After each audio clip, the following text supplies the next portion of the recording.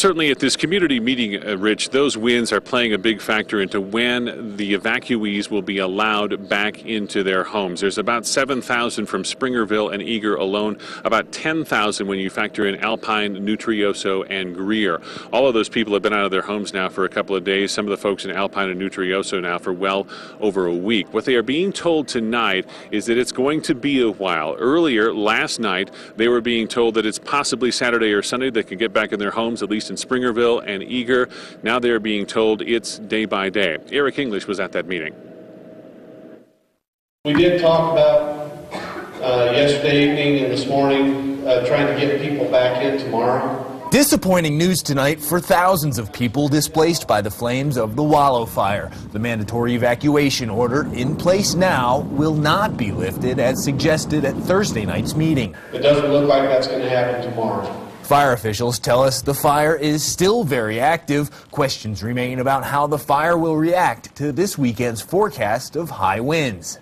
I'm sorry to hear we can't go tomorrow. I was not hopeful to go back today or tomorrow just because of knowing the amount of smoke that's in that area. Residents I spoke with took the delay in stride, saying they understand the dangers of letting people back into the fire zone too early. I agree that if it got out of control, they just evacuate us again. Pinetop Lakeside Mayor Rich Crockett tells me his community will continue to welcome folks affected by the fire, but expects the evacuation order will be lifted soon. It won't be long. I could tell by what the forest officials were saying tonight, it won't be long before they're able to go home.